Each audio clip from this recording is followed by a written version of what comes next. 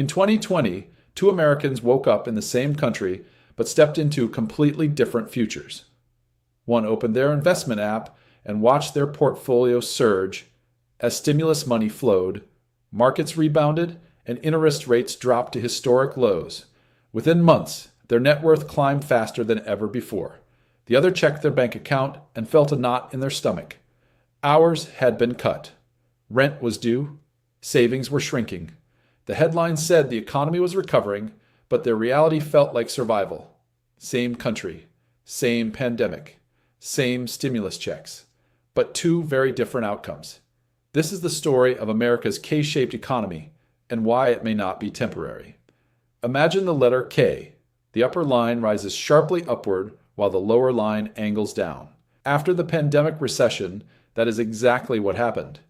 Asset owners, investors, tech workers, and corporate executives surged ahead as markets roared back. At the same time, millions of service workers, renters, and small business owners struggled to regain stability. The recovery diverged, and much of that divergence traces back to emergency action taken by the Federal Reserve, which slashed interest rates to near zero and injected trillions into financial markets. Stocks soared, home prices skyrocketed, crypto entered the mainstream. Tech giants like Apple, Microsoft, and Nvidia reached historic valuations. Because stock ownership is heavily concentrated among higher income households, the surge concentrated wealth at the top, while inflation quietly squeezed those living paycheck to paycheck. The divide extended beyond wealth and reshaped work itself. White-collar professionals moved into remote roles, saved on commuting, invested more, and often kept full salaries. Meanwhile, service workers faced layoffs, health risks, and unstable hours. Some sectors rebounded quickly, others lagged for years. Then came the AI supercycle, accelerating the upper arm of the K even further.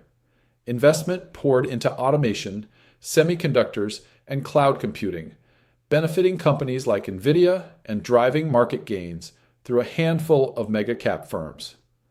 Automation boosted productivity but rewarded capital owners more than labor.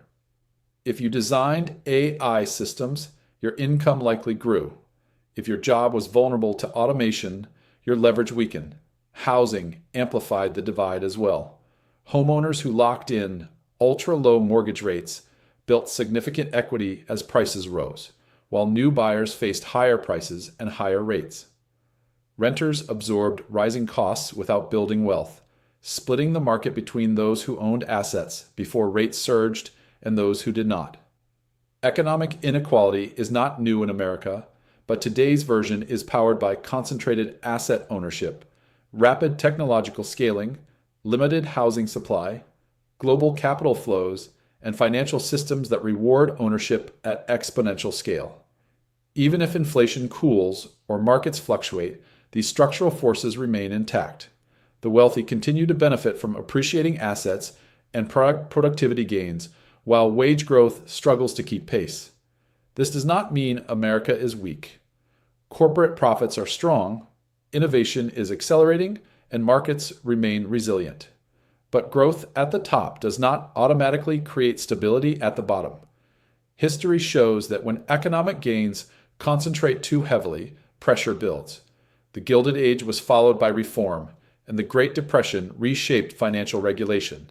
The real question is not whether America will keep growing, but whether that growth will broaden. Because if the K continues to widen, it may stop looking like recovery and start looking like a crossroads, one that defines the next chapter of the American economy.